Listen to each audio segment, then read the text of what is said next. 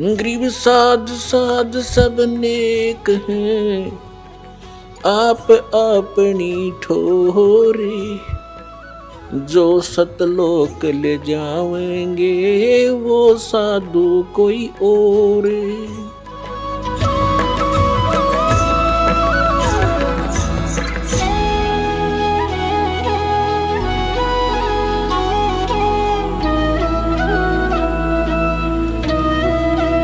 अभी सारी डिटेल को समझाएंगे आज के सत्संग में। पहले जो प्रसंग चल रहा था कि वो परमात्मा ही आकर स्वयं ज्ञान देता है और उसने आकर के हमें बताया कि इससे हटकर कोई और स्थान है जहां आप पहले रहा करते थे और अपनी गलती के कारण आप बालकपन करके आप यहां आ गए, गंदे लोक में फंस गए। अब यहां से जाने का विकल्प आपके पास नहीं रहा, ना किसी ऋषि महर्षि और संत और ब्रह्मा विष्णु महेश को भी यहां से वापस जाने के मार्ग का पता नहीं। उसके लिए परमात्मा स्वयं आते। जो प्रसंग चल रहा था कि परमात्मा तीन, अब जो ये प्रसंग चल रहा है इसको थोड़ा सा यहाँ करते हैं। तो परमात्मा तीन स्थिति में बताया आपको कि जो सतलोक में रहता है जहां हम रहते थे वहां करोड़ सूर्य करोड़ चंद्रमा मिला दे उनका ऐसा एक रोम का प्रकाश है। फिर परमात्मा अन्य हल्का तेज पुंज का रूप बनाकर कभी भी आकर प्रकट हो जाते हैं एक संत साधु की महात्मा की वेशभूषा में। और तीसरी स्थिति जो सेकंड या तीसरी स्थिति, सेकंड स्थिति परमात्मा की यह प्रत्येक युग में वो एक शिशु रूप धारण वहां से चलकर आते हैं। सहस्रीर कमल के फूल पर, एक सरोवर के अंदर कमल के फूल पर शिशु रूप धारण करके विराजमान होते हैं। वहां से निसंतान संपत्ति जिनके बच्चे नहीं होते उठा ले जाता है और फिर उसकी परवरिश वहां होती है। फिर धीरे धीरे 5 वर्ष की आयु में ही वो बड़े बड़े विद्वानों के छक्के छुड़ाना शुरू कर देते अपने अध्यात्म ज्ञान के आधार से। अब हम फिर आते हैं उसी प्रसंग पर। हम फिर आते हैं गीता अध्याय नंबर 15 के श्लोक नंबर 16 और 17 पे, क्योंकि प्रसंग चला है कि एक परमात्मा ने भी आकर बताया और इन सदग्रंथों में वही प्रमाण है कि कोई ऐसा स्थान है जहां जाने के बाद साधक फिर लौटकर संसार में कभी नहीं आते, वह स्थायी स्थान पाते हैं। और जब तक हम इस काल के लोक में हैं कितनी साधना कर लें, उस सत्य पुरुष के बताए उस सत्य ज्ञान के आधार से जब तक सत्य साधना नहीं करेंगे तो हमारी जन्म मृत्यु सदा बनी रहेगी।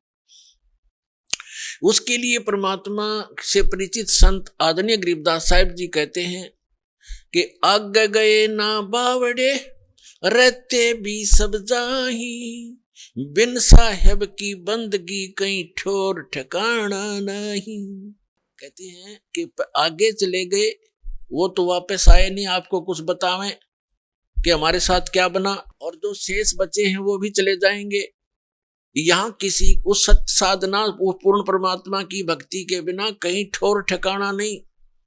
जैसे आज आप चाहे प्रधानमंत्री बने हो किसी देश के और मृत्यु होगी, कोई पुण्य किया है उसके आधार से आप स्वर्ग जाओगे इस जीवन में, तो स्वर्ग के अंदर अपनी पूंजी को समाप्त होते ही आपकी ऐसी मृत्यु होगी जैसे यहां हो गई।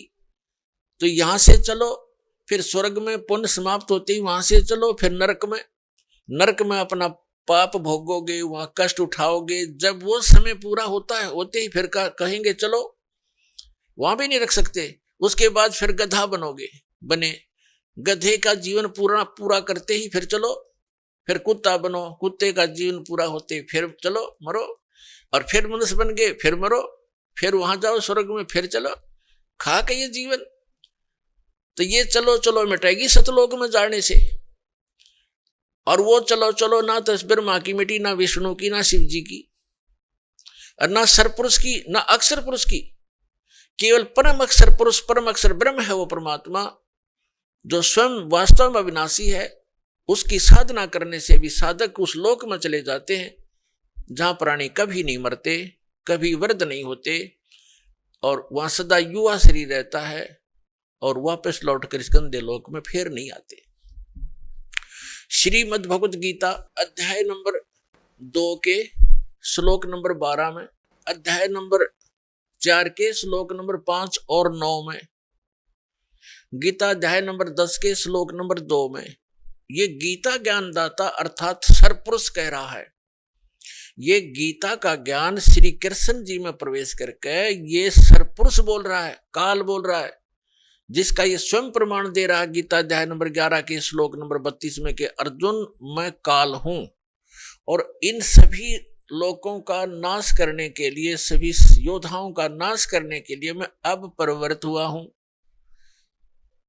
अब श्री कृष्ण में प्रकट हुआ हूं, मैं बड़ा हूं, इसमें प्रवेश हुआ हूं। श्री कृष्ण ने पहले कभी नहीं कहा मैं काल हूं, और नहीं तो श्री कृष्ण तो पहले ही वहां खड़े थे। अब कैसे कहते कि मैं अब प्रवृत्त हुआ हूं। ये दास का सत्संग है, सीडी बना रखी है कि श्रीमद् भगवद गीता का ज्ञान किसने दिया, उससे आप डिटेल जान सकते हो। अब प्रसंग दूसरा है, यहाँ ये विषय अब शॉर्ट आउट नहीं करूंगा, अन्य जो विषय वही करूंगा। तो इसने ये खुद कहता है कि अर्जुन तेरे और मेरे बहुत जन्म हो चुके हैं, तू नहीं जानता मैं जानता हूं। और मेरी उत्पत्ति को, उत्पत्ति माने जन्म को, इसका जन्म तो हुआ ही है, ना देवता जानते ना ऋषि जानते, क्योंकि ये सब मेरे से ही उत्पन्न हुए हैं, इनका आदि कारण मैं हूं।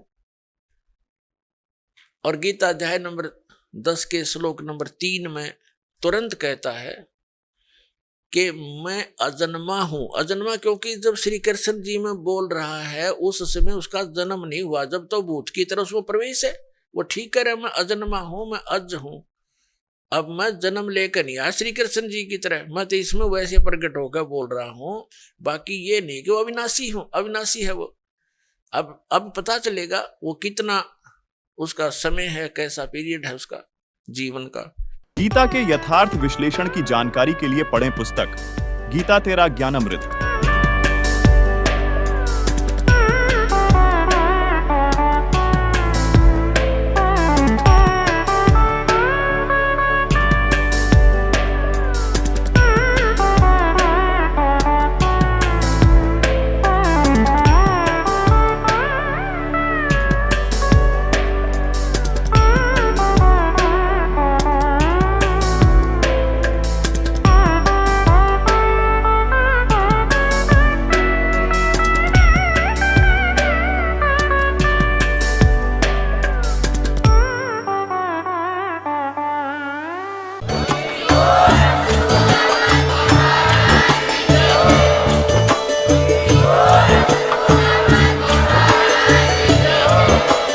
आप सुन रहे थे जगत गुरु तत्वदर्शी संत रामपाल जी महाराज जी के मंगल प्रवचन। अधिक जानकारी के लिए विजिट कीजिए हमारी वेबसाइट www.jagatgururampalji.org। संत रामपाल जी महाराज जी के शुभ आशीर्वाद से पूरे विश्व भर में 500 से भी ज्यादा नाम दीक्षा केंद्र हैं, जिन पर संत रामपाल जी महाराज जी द्वारा ऑनलाइन निशुल्क नाम दीक्षा दी जा रही है। अपने नजदीकी नाम दीक्षा केंद्र का पता करने के लिए संपर्क करें 8222880541।